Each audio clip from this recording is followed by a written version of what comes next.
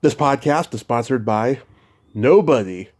Hey dudes, welcome to Splat from the Past, the only 80s themed horror and sci-fi show where things can get totally radical. Now, I am so excited because today is my 1700th interview. Yes, as I say many, many times, when I first started this podcast, I didn't think I was going to go past 10 episodes, but because of all you out there, I have continued going. It is also my last show of 2022. What a great year it has been. I will be talking to Ione Skye. Yes, the gorgeous Ione Skye, daughter of legendary folk singer Donovan, and you all know her as Diane Court in Cameron Crowe's classic teen romance movie Say Anything with John Cusack. She was also Clarissa in the teen true crime drama River's Edge. She'll be my second guest from that movie. She was in the very underrated sci-fi movie Stranded, celebrating its 35th anniversary. She was in A Night in the Life of Jimmy Reardon, a great movie with River Phoenix that's so underrated. She was Rob Lowe's girl at the beginning of Wayne's World. She guest starred on the 2000s Twilight Zone reboot, the Dead Zone series, and she has a podcast with her husband Ben Lee called We're Together, and I listen to it every week. It's hilarious. I really recommend it, and I'm just so excited. I haven't been this excited for an interview since I had Gina Shock from the Go-Go's on this past summer. I mean, I am just nervous. Okay, Tommy, close your eyes, relax, count to 10. Yeah, I, I am going to kick off 2023 next week in style with some real toe curlers for you all. I've got some great guests coming on next week. And once again, I am just so lucky with the people I get. And 2023 is going to be a great year. And I am not going to take it for granted. I am going to have a fucking blast like I always do. So yeah, here is my interview with Ione Skye. Hey Ione, welcome to the show. How are you today? I'm great. How are you doing? Thanks for having me. Oh, absolutely. I am just spectacular. I cannot tell you what a great honor this is. I consider you one of the top three 80s movie babes, and I thank you so much for coming on today. This means a lot to me. All right. Yay. So, going back in time, I can imagine growing up the daughter of folk legend Donovan and having a mother who was a model. You were a ham who gravitated towards the arts. Well, I was creative, very, very creative. So I got that from my father and maybe my mother, but for sure my dad.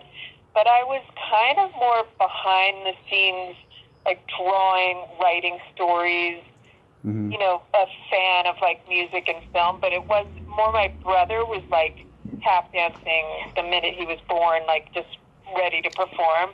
So getting like in front of the camera was a little bit, and still, I'm like kind of a shy person, but I definitely have it in my bones. Right. Did you consider like a career as an illustrator or a cartoonist or something?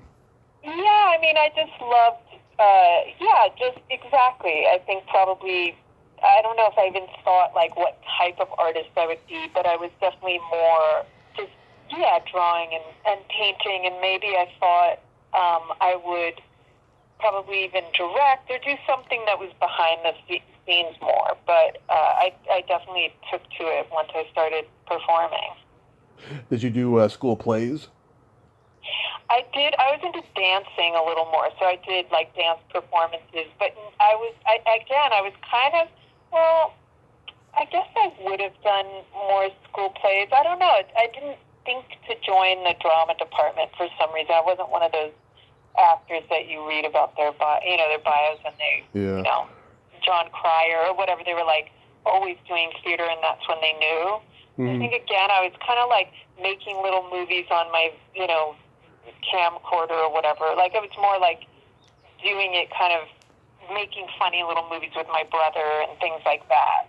But I wasn't really doing like school plays. for dancing. It Yeah. wasn't very good, but I liked it. Are you trained in all types of dancing or just one? I loved ballet and jazz, but I wasn't great at it. But I'm still kind of a fan of, ballet, and I don't see ballets, but yeah, I studied a little ballet and did like jazz. Nice, nice. You're Yeah. you're born in England, but you spent time in San Francisco and then L.A. Yes, born in England, and then we went to LA, and then my mom was in San Francisco probably a year, just very short time there, and then once I was 6, we were really, because I was a little bit in Connecticut, but mainly we stayed in LA, and then I had the same house from when I was 6 until I moved out. Wow. Yeah, Mm-hmm. I'm born and raised in San Francisco, and so I always get excited when I find out that people spent time there. Do you remember? Yeah, I wish. I mean, it was so. For a second, we were in. It was Jefferson Airplane. Yeah. They had a house there, and then my mom, before, I think when she was pregnant with my brother and me, she was friendly. Somehow she stayed for like maybe 6 months with George Harrison and Patty Boyd. They were in San Wow. Francisco. Wow. I think he was with Patty Boyd at the time, but I wonder where those houses are. Not that I know San Francisco that well, but now I'm curious what part of town it would have been in. Maybe the Haight-Ashbury district or something. Yeah, probably something like that. Yeah, I still want to get to know San Francisco more. I took my teenager to the, what's the music festival, the one that's in the park. A day on the green. I think so, something like that. That was fun. That was the last time I was there. Oh yeah, my dad used to go every year. He'd see Santana, Ronnie Montrose, Ted Nugent, Aerosmith, Queen, Styx, a Amazing. lot of great bands. Yeah. Yeah, so good. Yeah. My dad was at Frampton Comes Alive, the actual concert that was on the album. Oh, wow. That's amazing. Yeah. Incredible. Yeah. They made the announcement that they were making the album too. Oh, man. I love all that stuff so much. Same here. One of my favorite songs of all time is Billion Dollar Babies, Alice Cooper and Your Dad. And for many years until the internet came, both me and my dad thought your dad was either Davy Jones or one of Alice's other voices on that song. Oh, that's so funny. Yeah. So funny. But it's such a friggin' great song though, and I've done it in karaoke many times. Oh, that's so good. I know. It's pretty incredible. Yeah. So, when you get to LA, did you start hanging out with the Laurel Canyon kids? I was always intrigued with Laurel Canyon, but we were in more this sort of Beechwood Canyon, it's called, and so it didn't have the same mystique as Laurel Canyon. But once I've been in Laurel Canyon for 30 years, but Hmm. I didn't grow up in Laurel Canyon. But my mother definitely lived in the 60s in different, amazing, whatever, with different people that were pretty iconic. And she had some great times here in the 60s. But, yeah, I didn't get here until I was, like, in my 20s. But I love it. Yeah. It still has a good vibe. Some of the streets are very woody and can be a bit, probably, like, up and around outside of San Francisco. Like, it can be a little dark and not gloomy because it's so sunny here, but I happen to have a nice sort of trees, but enough sun, so it's not too like it can be a bit tight and gloomy in certain parts of Laurel Canyon. Oh, That so adds to that kind of vibes, I guess. oh, certainly, yeah. But like, there's like barely a music scene out there now, right? Because when you first got there, I mean, God, it was magical. You had the metal scene, the punk scene, Paisley Underground, all these different like communities of music, and there was all this camaraderie and no internet. But now it's like gone, right? Yeah, I mean, my teenager found a music scene. There was like another sort of a punk scene at this club that was kind of dynamic at one point. And then there are still a couple clubs that are great, and then really great people might play like small clubs. Right. And people still play the whiskey, but it's not like you're saying, like, there's still nice little venues, and you'll get cool little singer-songwriters that are amazing, or, there's still obviously, like, great little theaters, and you can see shows. But yes, the scene, unless I'm unaware of a scene. I mean, right now, I think LA was starting to get kind of fun, and New York a little bit again, with more just, I guess, scenes of not necessarily music scenes. I mean, I've aged out of stuff a little bit for sure, but I do hear from, like, say, my kid, she's now 20, my kid, but there's stuff going on that I don't know about, but it's definitely not like what you're talking about. Yeah, it was just a magical time for music, and and I just found out, about the Viper Room getting closed down and everything. I mean, that was part of history. Yeah, for sure. Yeah, there's still a couple spots, and I feel like it's kind of picking up a little bit. My little brother's also, it's all musicians, my husband, my little brother, like, so they sort of keep in the know of stuff, and there'll be these moments that'll still, happen where there's a place that just for some reason will have a good run, where it has a good, a lot of energy to it or something. But yeah, some of the places are definitely not around anymore. Yeah, it's a shame. So, how do you get cast as Clarissa in River's Edge? Yeah, my brother was auditioning and acting, and I was just in high school, and he came home one day after school, and I was home, and he said, "You should read for this movie." And I was like, "What are you talking about?" Because maybe once I had an audition when I was a little kid, because my mom knew something. It was I wasn't acting.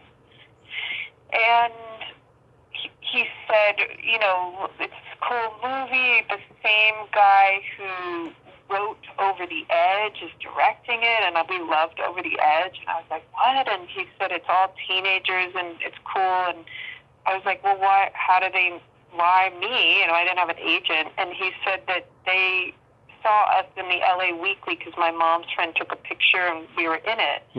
And the casting director or the director, or he told them about me. I don't know what happened, but he was like, they're reading everybody in town. And so I thought, okay, I was really nervous, but I went up for it. And I think I just had the right look, and they really wanted, like, natural acting.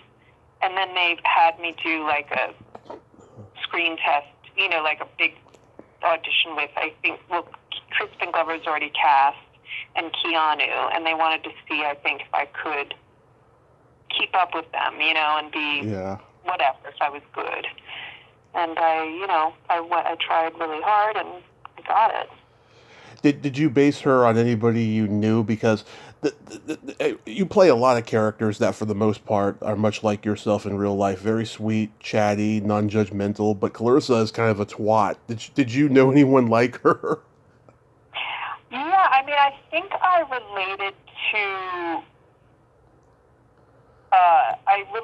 the apathy, because I was a teen at the time.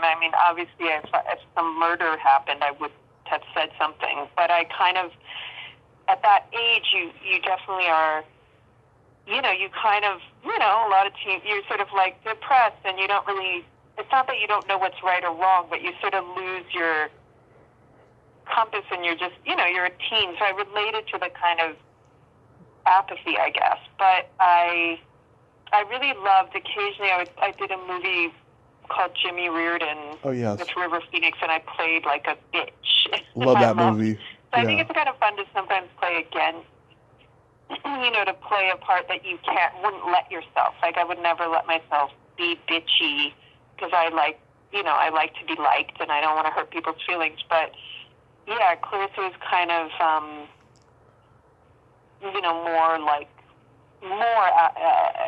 had less compassion, but in the end ended up doing the right thing. But I think it's fun. Yeah, it was definitely didn't feel unnatural.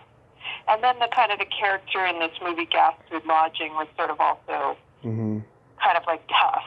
And I think I don't know, it's fun. It's like a part of you that you wish you could maybe be more like, but wouldn't let yourself. Absolutely. I've talked to Danny Dietz, who played the dead girl in the movie. Yeah.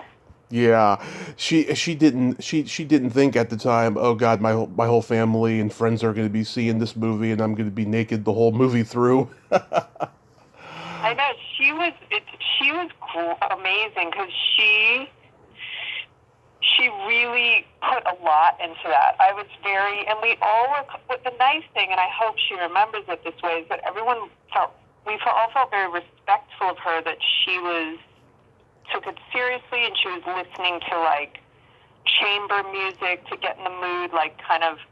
She was sort of goth at the time or something, and I just remember it wasn't like an embarrassing thing where we were like, oh, she's going to be naked. Like, we all we all felt the movie was artistic and shot well and the score was good. Like, even being teenagers, at least, I was aware, like, oh, Fred Elms is shooting it. Like, he's a big DP. And I think we all felt every aspect was well thought of. And I don't know, I respected her, and I hope she felt respected. But yeah, of course, that might have been embarrassing, and she might have been given a hard time, but she was very, she took it seriously, and I feel like it made a difference.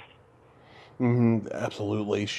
With her look and her energy, even though she played a dead, Yeah. She still had a vibe going for some reason. I mean, she has one scene where she's alive, but it was just her getting killed. But still, I thought I really respected how much she put into it. Yeah, it was a powerful performance. It's amazing to me how Tim Hunter went from directing a schmaltzy family film like Sylvester to a true crime teen movie like this a year later. I guess this was a passion project for him. He was able to make it after Sylvester did okay at the box office. Did he seem like he was excited to make this movie? Yeah, I think he went to Harvard, and he seemed like he's such an intellectual, and I think he wanted to make a very,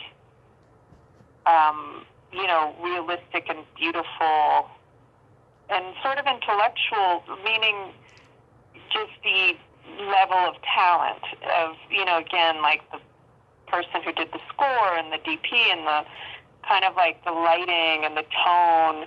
So it seemed to fit him pretty well, this, well thought of, sort of like highbrow in a weird way. Like it was a teen movie, but it was art. It was just very, I don't know the right word, not elegant, but, it just like had a mature thoughtfulness to it.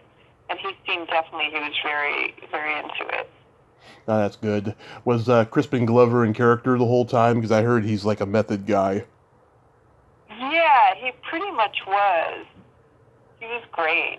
We all were just blown away. I mean, I think Tim Hunter and probably the producers and maybe I guess it got sold to a studio at that time. It was independent when we were making it, but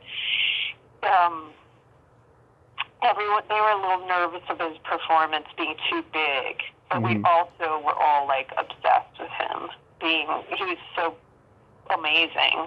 But yeah, he pretty much was. But he's a big personality in life too, so it's sort of hard to know. Yeah.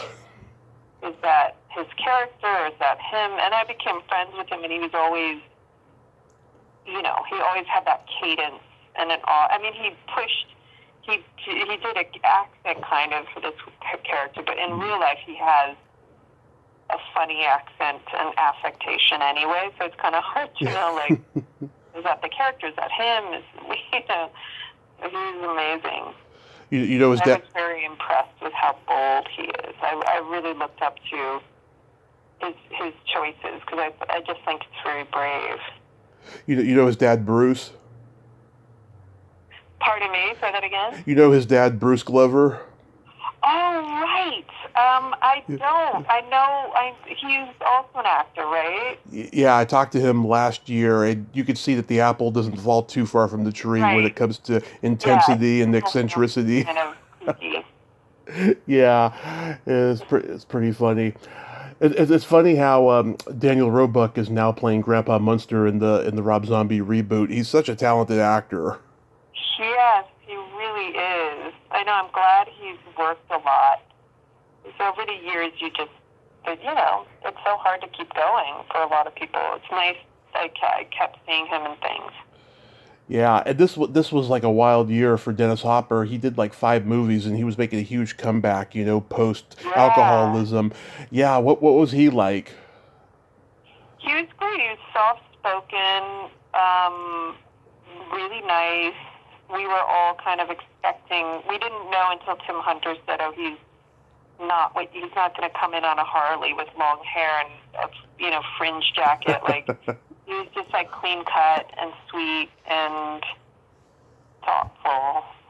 So I think he had obviously calmed down from the wild tales of the past. Yeah. Mm-hmm. You're my third guest from Stranded.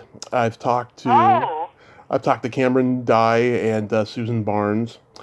sad. How was making that movie? That was wild. It was mostly a night shoot, Hmm. and it was quite a good experience. I mean, it was fun kind of I was still living at home, and my mom put like a dark curtain on the windows in my room, and I liked to kind of sleeping in the day and waking up and going to work at night. I mean, not the whole thing was a night shoot, but a lot of it. So that like left an impression on me, and that made it kind of feel very, I don't know, just like even because sometimes you do a movie and it's so fun. It's like they call it the circus because you're all working together, and especially on those kind of smaller medium movies, you get kind of close with the crew, and it just feels like you're all camping together in a weird way. So the nighttime aspect even makes it more bizarre. And I met Flea, which was great. Yeah. It was really kind of, I mean, Stranded was Maureen O'Sullivan, right? Yeah. He played which I was excited about. Yeah. Did she mentor you? Pardon me? Did she mentor you? Well, yeah, I mean, she was also, like, she wasn't, like, over the moon to be doing that movie, but she also was, Mm-hmm. I knew she was in Gone with the Wind, and, like, was in the Tarzan movies, and also was Mia Farrow's mom, and I just was, I love old movies, so I was really excited, and she was lovely, but yeah, she was kind of not that, like, we didn't bond like a lot, but she was a champ. Like she was very she was quite easygoing. She wasn't like a diva. Oh, good. But yeah, I definitely was like learning from her. Yeah, she was the first Jane in the first Tarzan movie. That's such a classic. That's right. Yeah, and then I don't know if she was in Hannah and Her Sisters Had Come Out yet, but yeah, anyway, I really was excited to be working with her. And the director is this Southern guy, and he would always say, like, quick like a bunny, let's do it. I don't know, he was very nice. Yeah, Fleming B. Fuller, and he directed one more movie and then got out of the business, it looks like. Yeah, I'm not surprised. He seemed quite chill. He wasn't like a passion project, but, it was a pleasant shoot. Nothing too terrible and nothing too incredible. Yeah, there was also like one of the early, like it was like after New Line kind of was put on the map with the Freddy Krueger movies. This was like one of the early New Line movies that just was just they were cranking them out year after year after the first Freddy Krueger movie too. Oh, right. I say at the time I never. Now I pay attention more to the business aspect, but back then I I barely knew what a producer did, Yeah. It was just sort of all about the creativity and the fun and, just that kind of thing. But it's interesting to learn the history behind the business side of things. Yeah, Bob Shea started New Line in like '69, and it took 15 years to like get it off the ground, which you'll never hear these days because you either get it off the ground right from the gate or you're done, Right. So that's really nice. Yeah. So yeah, going back to A Night in the Life of Jimmy Reardon. Yeah, I'm a huge fan of that movie. Tell me about River. Were you two close? Yeah, we got really close. We knew each other a little bit before. He was doing a TV movie or some movie on our block, my block that I lived on growing up, and my brother brought him in the house because they were filming a couple houses down. And then we were going to go on a date. Like, he invited me to Westwood to see a movie or something, and then he called and said, I can't go on the date. I'm going to do a movie in wherever Mosquito Coast was being filmed. Oh, yeah. And I was kind of disappointed. And then he came back, and he and Martha Plimpton were friends. And they were stayed dating when we did Jimmy Reardon. They were still dating. Mm-hmm. But he and I became very close. His family was like his mom and my mom were kind of the same type of New York Jewish moms, similar like feelings. So we had this kind of they got along really well, and like our grandfathers were like could have been from the same exact family, so it felt kind of familial, and also just I'm like not a hippie, but we related. On a certain level, a certain way, we're very similar. And we were born the same year. I think we're both Virgos. Mm-hmm. But we got along. Yeah, we became like very close, very, very close. But a lot of people became close to River. He was just, a very, I don't use the word special lightly, but of course a very special person. And Bill Richard, oh my God, what a man. He just died, I think. But he had done this movie Success. And Winter Kills. And Winter Kills. And the weird thing is, Winter Kills is the more famous one, but Success was also Jeff Bridges and, what's her name, the French actress, with a B, I forgot, she's also in Winter Kills. And those weird movies you see for some reason as a kid, and you keep catching them on TV or something, and I saw this movie Success, and it was like one of my favorite movies, and it's Jeff Bridges and Ned Beatty, I think, is in it. Yeah. And it's like in Germany, and it's just, I just loved it. It's like about, and Jade Jagger's, not Jade Jagger, Bianca Jagger. Yeah, and it's like so funny. Jeff Bridges is like a nerdy guy, and his wife is this beautiful daughter of his boss, who's really wealthy, and she's not attracted to him. So he goes and starts sleeping with Bianca Jagger, who teaches him to be a good lover, and he has an alter ego. And so then his wife falls in love with this alter ego who's more debonair and like cool. Anyway, but as a kid, it's just such a fun movie. So when I met Bill Richard, I was like, I love this guy. And then that was such an incredible shoot, because it was in Chicago for Jimmy Reardon, and we were all these 16-year-olds, and Matthew Perry's first movie, and Meredith Salinger, and it was just, it was like, couldn't have been a dreamier job for a teenager. Like, just, filming in Evanston in these beautiful houses, and Bill Richard is such a fun but smart, and he and River became very close as well.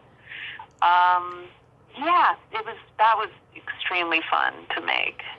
Meredith heard my first interview with Lala, and she loved it. And I said, "Oh, does that mean you're going to come on too?" Never replied me back. Well. Yeah. Luann Sirota, what was she like? Oh, yeah. He was great. I mean, we were excited because she was in Oh God, Book 2, or whatever those movies with. Oh God, Book 2. Yeah, George Burns. Yeah, so she had been a child actor, And we were intrigued with all those stories. She was a very great person, like really smart, really funny. I was just impressed with her level of delivery and comedy. And when you're that young, Mm-hmm.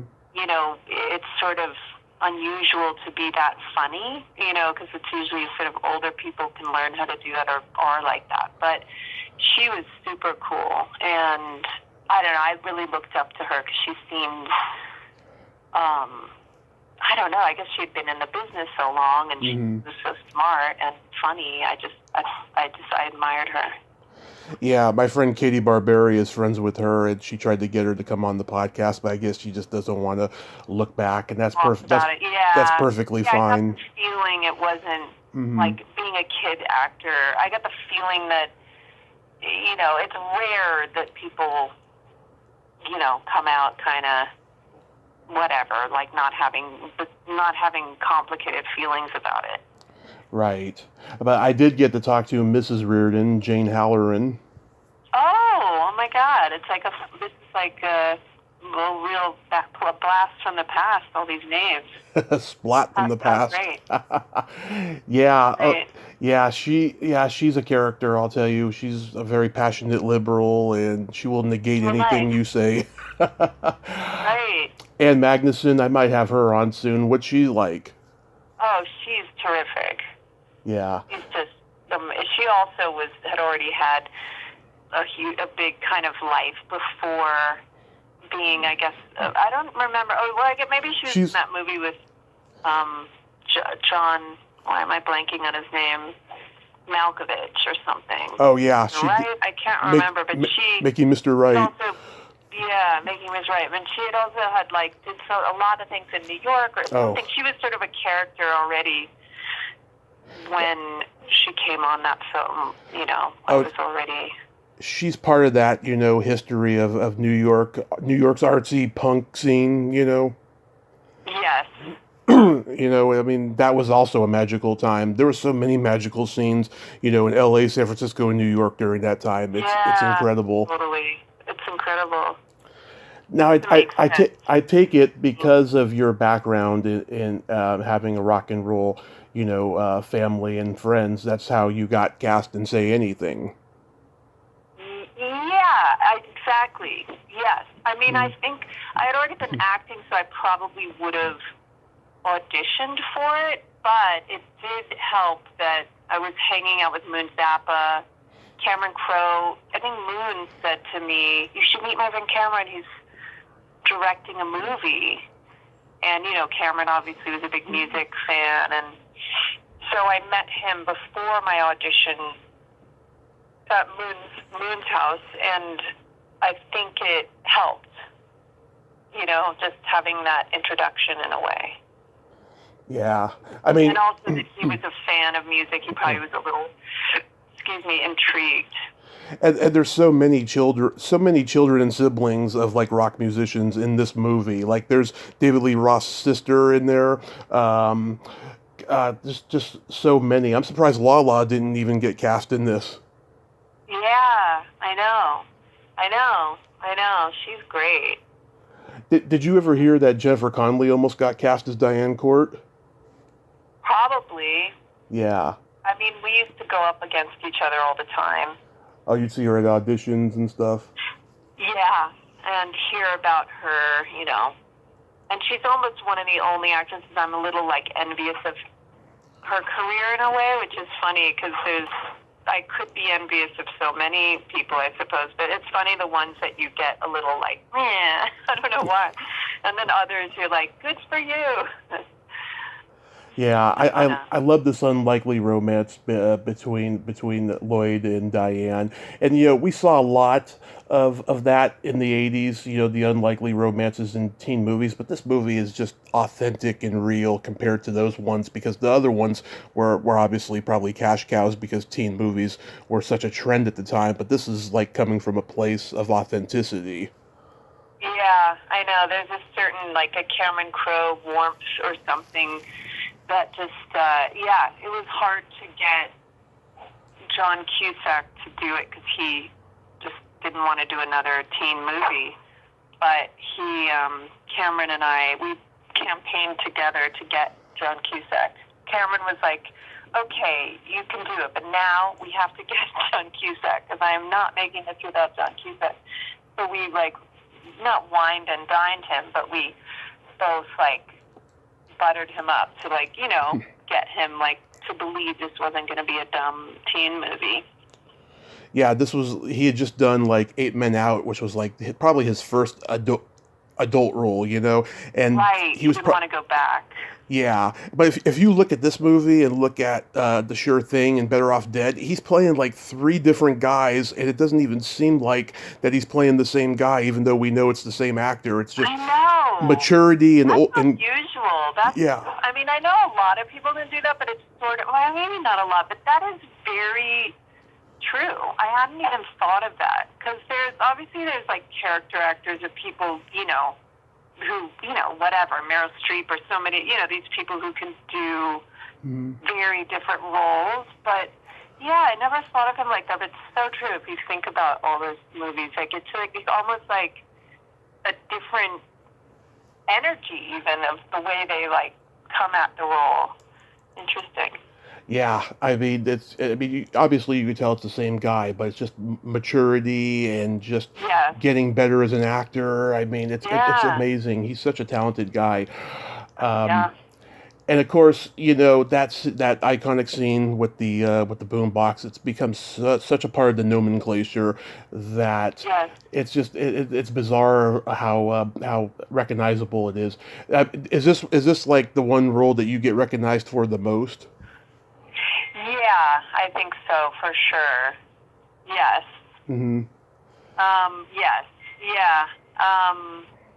Yeah, definitely. Yeah, especially, yeah. John Mahoney is your dad. Oh my God, I can't imagine anyone else in that role. And up to that point, I mean, he had played the general in Real Genius, but nobody really knew who he was yet. And then he did Frasier a few years later, and then of course everybody knows who he is. Right. I know, it's funny to think Frasier came after.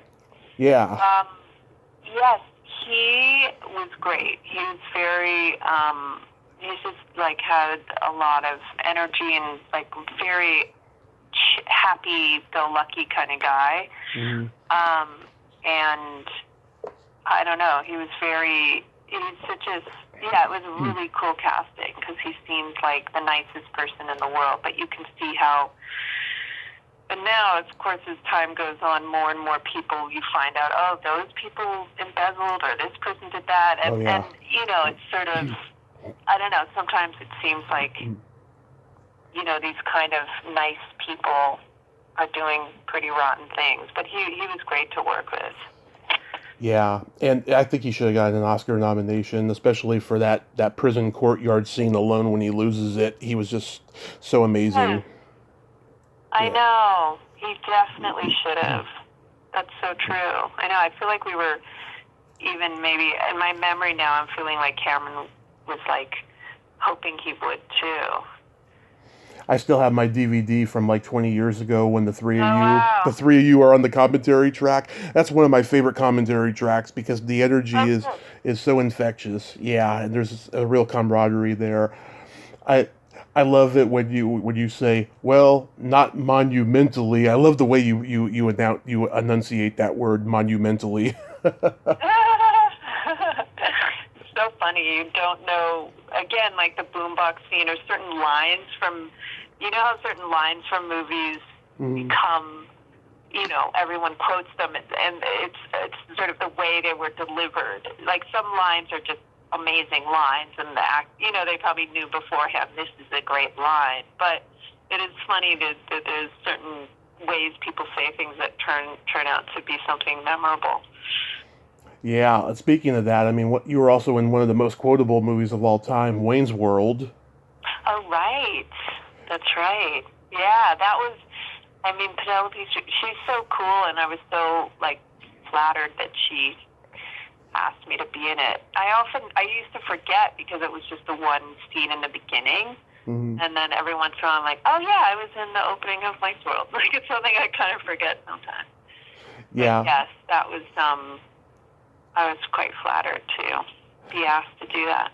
You didn't. And also, I felt I was playing like a sort of a pretty girlfriend of Rob Lowe, and it's funny, I don't think of myself as like a girl who wears like that kind of like lingerie and stuff. So it was also kind of fun. Like, oh, I'm playing. I don't know why. I mean, I guess I play like pretty girlfriends, but I just don't think of myself that way. So it was kind of fun to be Rob Lowe's girlfriend.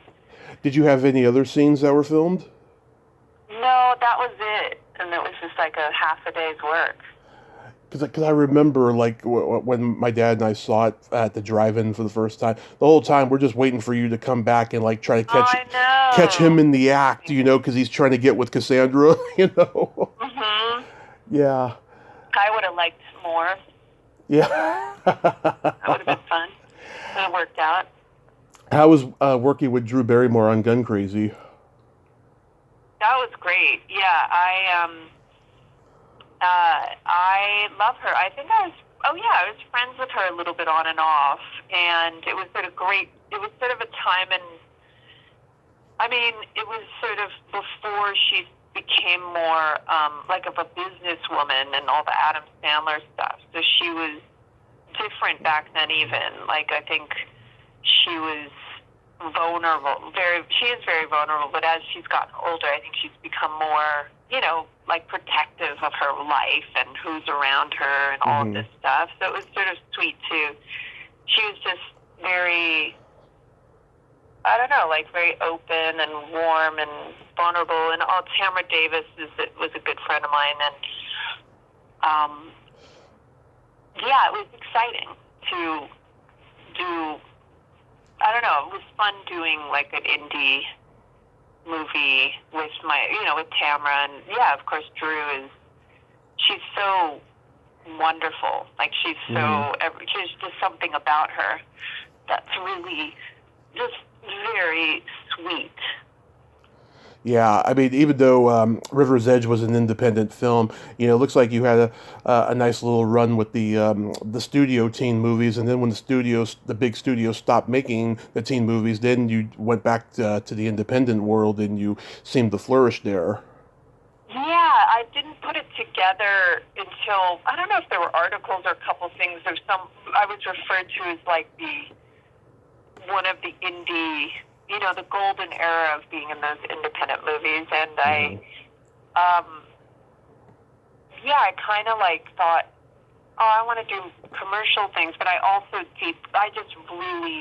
my style is sort of the independent movie thing.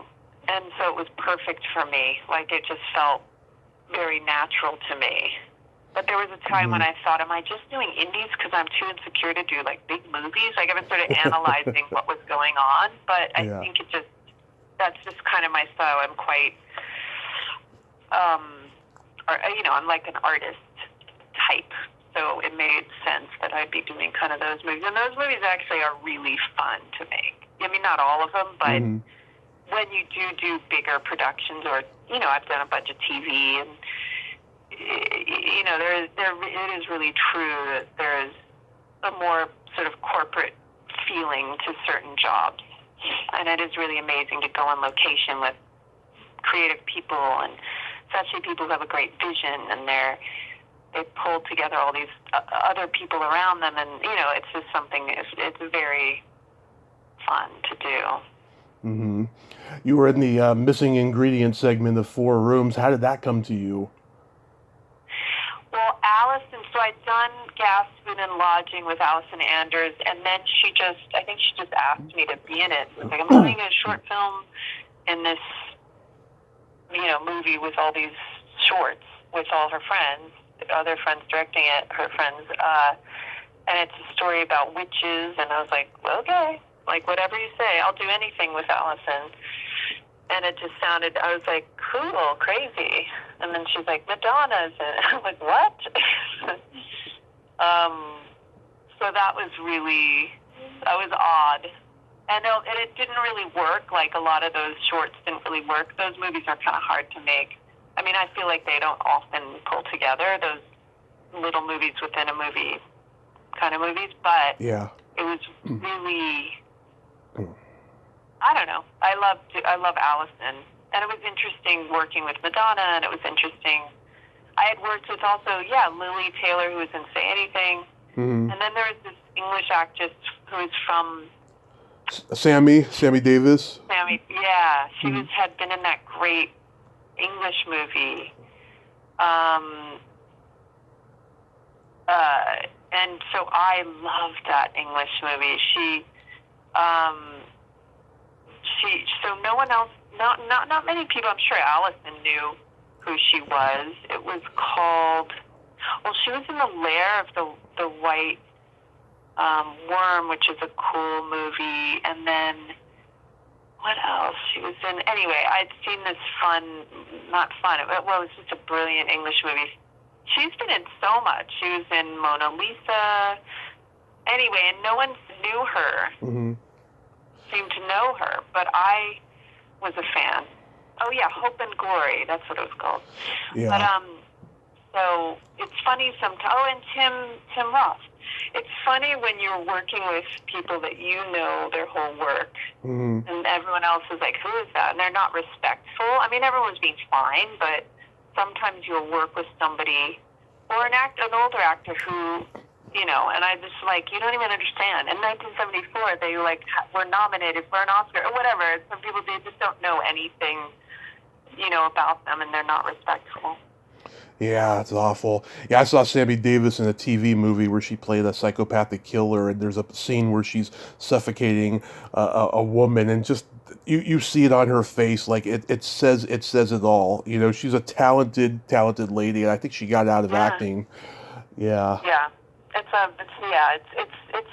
I guess also if it's not going, also if you've done so many good things, she really had done a lot of good stuff, and then if you just do enough stuff that it's not so great or whatever, I can see how people duck out of the business, I suppose.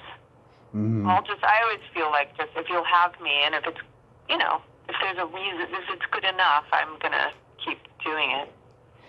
How was guest starring on the Twilight Zone reboot? I mean, I couldn't be a bigger Twilight Zone fan. Same here. The original, so I was a little like, oh, what is this? Because I'm a very big Twilight Zone fan, but again, there's always some reason. It just, I can't remember what it would have been. Maybe even just getting paid, and I needed money. Who knows? But it was okay. I feel like we filmed it in Canada, and I always like Canada. And TV also, I was intrigued. I hadn't done, I guess I've always done TV, but more movies at the time. So sometimes I would just be curious, what is it like to film stuff that's more like a TV show? And, just to have that experience. Did you ever? It was definitely fine. Did you ever film a pilot? Yeah, I did a pilot with, what was it? But it was with, another actress that I really, really liked. But yeah, it never got picked up. But I think, I've done 2 pilots that never got picked up. One, I can't remember. One was with that Scottish actor, comedian, who had the talk show. He's, Craig Ferguson? Yes. Yeah. I did a pilot with Craig Ferguson that didn't get picked up. That was actually, could easily have been. It was a very well-written whatever. And then I did a funny pilot with Teresa Russell. Oh, yeah. And I loved her from... The Black Widow. Yeah, Black Widow, and just, she'd been in a lot of things that I admired her, so that was fine. But, yeah. And it's funny, you hear of these... I used to hear of actors doing pilots. Some people are like, oh, I keep doing pilots, and they don't get picked up. But if you're in the business long enough, I guess you'll have every experience. Mm-hmm. I remember when you guest starred on The Dead Zone with Anthony Michael Hall. Yeah, that's right. That felt like the Twilight Zone thing as well. Yeah.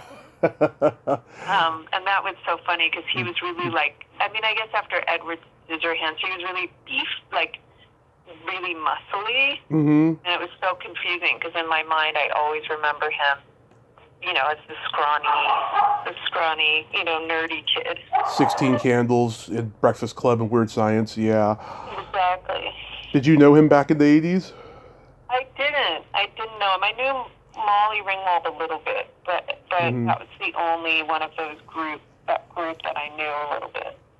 Nice. She went out with my ex-husband before me, Adam Horowitz, and then I knew her a little bit. I still know her a little bit. She was really, really nice. Yeah, that's what I've heard. So let's talk about Weirder Together, because I've been listening since you guys started. Yeah. What's the genesis behind it? I think, we started doing, my husband would do shows at Largo, which is a club in LA that, Yeah. has, music and comedy. And we started, the guy Flanny who runs it, said to Ben, he has different people put on nights. So Ben and I started doing nights together, so we started kind of hosting, and it was bringing out more my, sort of slightly comedic, like a different type of performing thing. And then we just started working together doing this. And then when we went to Australia for a year in 2020, we did this sort of variety show type thing. It's not, not really a variety show, it's more like hosting comedians and musicians, and then you do a little bit of bits. Like we would do just little bits together. And then we love podcasts, and I don't remember, we just thought, why don't we do a podcast? And I don't even remember how we thought of it. It just felt very natural, and it's of course not that expensive to do, and so it wasn't like deciding to make a movie, or whenever we've done short films together or music videos I've directed for him or different bands, and that's always, more of a headache. Mm-hmm. You need money, you need whatever, it's organizing. And Ben's a musician, so we already had the mics, and it was just easy to do. And we love it. It's one of my favorite days of the week. And now we're starting, we put out a couple of other people's, and now we're going to do a couple more long-form ones coming up that are more just maybe more involved, sound design and that type of thing with other people. But we're putting them out. Awesome. I love long form. Yeah. What I like about you two doing this podcast is that you two just come off like old friends and not necessarily like a married couple, and you both respect each other's opinions even if you two disagree, but you listen to each other so well, and I think that's wonderful. Oh, that's good. Thank you. Yeah. Yeah. I have a friend out in LA who's a comedian, and she's a writer, and she has a podcast with her husband. It's called When Wife Gives You Lemons, and when I listen to them talk, it's the same thing. They respect each other's opinions, even though they actually fight a little bit more than you two do. We could. Yeah. We have. Sometimes we'll have a fight right before too, for some reason, which is funny. And occasionally we'll bring it in, or sometimes we'll iron it out a little. So, but still, yeah. But it's the same camaraderie, and it's still it's still there. Yeah, I mean they use a lot more foul language than you two do, but still, I love it when you guys tackle edgy topics on there. Oh, good. Oh, good. Thank you. Absolutely, and I love that theme song. How did that come about? Well, we came up with that before our first show in Australia at this club. I think Ben was like, let's have a theme song so we come out to a theme song or something. And so he just wrote it really quickly because he's a musician and he can do that pretty quick. Yeah, because sometimes, one of you will be in the middle of a very deep and insightful anecdote, and then out of nowhere, together we're weirder together. The timing of it. He decides when to time it, but sometimes I'm like, was that the right moment? But yeah. Yeah, that's I believe they call that a chapter break. Okay, that's good. Yeah, hopefully it's the right moment. What made you get into art? Art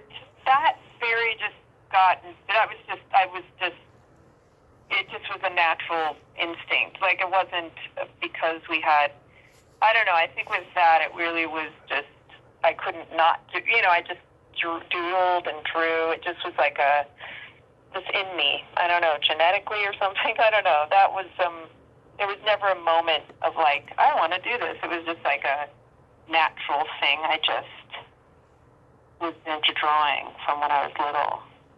I don't know. I don't do it much anymore, which is so weird, and I think I probably want to, but it's like something that I just couldn't not do when I was little. Like, I just drew in all my books, on all my assignments, on all my, not my books, but like in school in my notebooks. Like, I just was constantly drawing. Did you ever want to have your own gallery? Yeah, I mean, I've had a couple shows in my life, because then I moved on to paint. Like, I became like an oil painter. And I had a show once in Tokyo. I had a couple of little shows in LA, and that's it. But yes, I mean, when I lived in New York, I thought, it was just when Chelsea, all the galleries were starting, and I thought, should I just start doing this? And then someone came over and said, well, someone who had a gallery, like, yeah, if you make a series. And then I just didn't do it. But I feel like I could have, for sure. And I maybe still could. And I sometimes think it would be, I don't know, it would be almost a better thing for me to be doing sometimes. But I like to go with what, I don't know. Who knows? Maybe one day I'll do another series. Or a series. Yeah, that would be nice. Do you have any upcoming projects? I'm finding out about one thing and no. Just sort of the holidays, just things sort of get pretty slow sometimes. But I have like a writing project I'm doing with somebody, which is fun, but nothing's lined up. Nice. How about New Year's resolutions? Yeah, I want to, what are my resolutions? I want to, I'm always trying to, think, how can I enjoy my life more? Not be too worried. So I'm always trying to think of new, ways to open up to, what can I don't understand how can I be, happier even, or more happy more often, but I don't know. It seems, I think I want to be just sort of open to hearing clues about that, but not that I'm not, but I'd like even less worrying. That's my resolution. Yeah, I know. That's where I'm at as well. I found out earlier this year I have diabetes, and so I've been. My little brother just found out. Oh. A year ago. It's what a journey. I've lost 40 pounds so far, and I need to up my game so I can lose more. That's definitely on the agenda, and I need to get back to. Oh, go ahead. Sorry, what? I need to get back to writing my memoir, too, in the upcoming year. I started that last year, and then it got so emotionally draining. I was writing stuff that I had never even told friends about, that I just started crying a lot. Yeah. Are you going to... I know, it's so classic that, of course, it would bring up stuff, but then when it does, you're like, I guess that's why I'm feeling like this, because I'm bringing it up. Yeah, are you going to write a memoir? I mean, there's been talk about it, but I'm waiting for... Yeah, I probably will. I think you got some great stories. I think you should. Yeah, for sure. Yeah, that's good. Well, when you feel ready for it, start again. I absolutely will. And Ione, this has been the greatest thrill of my life. As soon as I hang up, I'm going to cry, because dreams do come true. I'm glad. I wanted to mention this at the top, but I forgot. You're my 1,700th guest today, and you're the last guest of 22. So I thank you so much. Awesome. Yes, I thank you so much. Well, this has been great. Yes. Happy New Year. Happy New Year. I hope you have a Happy New Year. You too. I hope you come back when you got something to promote. And oh, right. be safe out there, and I'll continue listening. Thank you. I'll continue listening to Weirder Together. Oh, good. I appreciate it. Thank you. Okay, take care. You too. Have a great day. Well, there you have it. Ione Skye. Ain't she a sweetheart? Oh, what a nice lady, huh? And I can't believe that I talked to Diane Court today. It's friggin' amazing. I mean, like I said, dreams do come true. Well, until next time, this is Tommy Throwback Kovac saying, there's no shame in living in the past, because the present sucks. Later, dudes. Happy New Year!